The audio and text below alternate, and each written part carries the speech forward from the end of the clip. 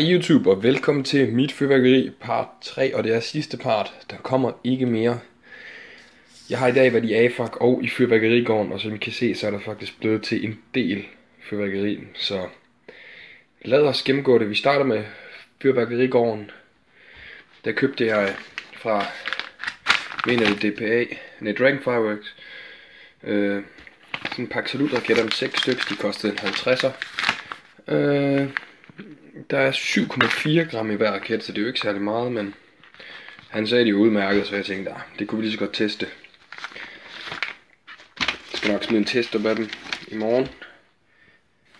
Så har vi denne fætter her, han gav til mig en 3-tommer mine.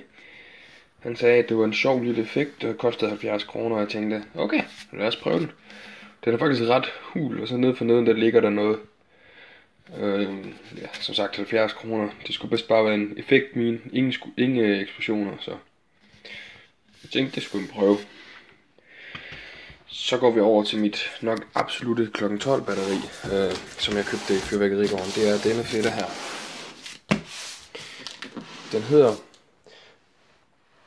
det ved jeg faktisk ikke engang, hvad den hedder. Jo, Fujian batteri, 73 skuds, 990 gram nemvægt. Lad os lige prøve at åbne og kigge ind en gang. Se hvordan den ser ud.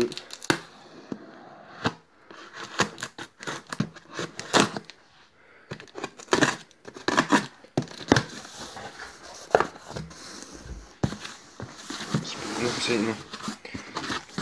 Hold da, ordentligt fedt af det her, hva'? Ordentlig batteri. Det er som sagt mit absolutte klokken 12 batteri, altså voldsomt stort. Lidt 30 mm, jeg tror det er 20 eller 25 mm, det kan jeg ikke helt vurdere. Men det er 30 mm her. Jeg sagde til ham, at jeg skulle have noget vildt, og så sagde jeg, at det her det var det bedste, han kunne tilbyde mig lige nu. Så ja, det blev det jo til. Det glæder jeg mig i hvert fald til at skyde af klokken 12. Så var jeg et smut i AFAC, og der købte jeg 8 zinkraketter. Der er 4 her og 4 her. Nu ligger bare lige de 4 her, der pakket ud, ikke? Der er 75 gram nemvægt i en zinkraket, og det er måske lige nu Danmarks absolut bedste raket. Det kostede 200 kroner for 4 i AFAC, så ja. Og i øvrigt, det her batteri, det gav jeg 700 kroner for. Så købte vi i AFAC yderligere. Jeg tænkte, jeg ville prøve dem. De her Phoenix batterier. 4 stykker, det er fordi, at lavpriskort, tror jeg, er gået konkurs, og så har AFAC opkøbt det. Og så kan man få det forholdsvis billigt. Jeg kommer ikke til at tage alle sammen ud, der ligger 4 batterier i, vi tager dem bare lige enkelt ud.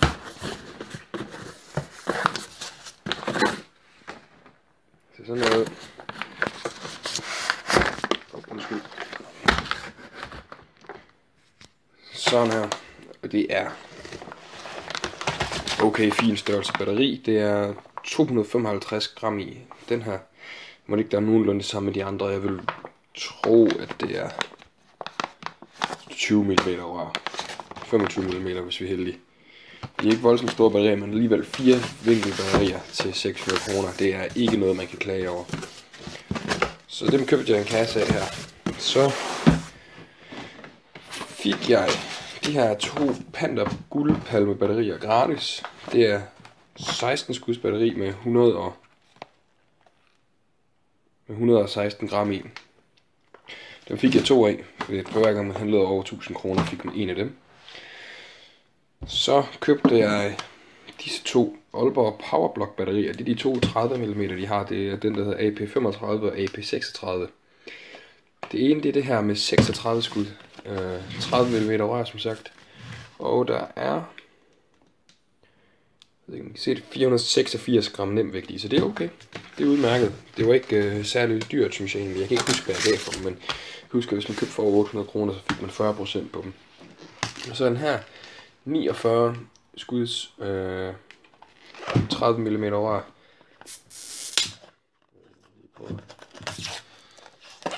Det skulle angiveligt være 30 mm rør, det siger de i hvert fald, så men ikke det er det. Og der er hele 661 gram, så det er faktisk ganske udmærket, synes jeg. Ja, det er vel også nogen til kl. 12, måske lidt inden, det ved jeg ikke helt endnu. Så har jeg købt et til kl. 12 mere. Et Japan Miyagi batteri. Det koster 500 kroner. Lad os lige prøve at åbne en gang. AFOX flotte indpakning jo. Sådan. Og det er, hold da op, der er jo ikke lagt skjul på kaliberen her. Det er rent 30 mm. Der er, jeg tror ikke der er så mange skud i 36 eller sådan noget. Der er, nu skal jeg sige det til jer, 30 skud på fordelt på 564 gram. Eller 564 gram fordelt på 30 skud. Og det ser jo hæsblæsende godt ud. Det er jeg spændt på at se, hvordan det kommer til at se ud på himlen. Så yes. Så tror jeg faktisk ikke, at der kommer mere krudt i år. Og jeg har brugt mange flere penge, end jeg havde planlagt. Så jeg håber, I vil følge med videre på kanalen, hvor der vil komme test til det hele løbende. Der vil især komme test af her Phoenix-batterier, guldpalme-batterierne, Salut-raketterne, 30-skuds batteri fra Bilka, det der vinkelbatteri, de har.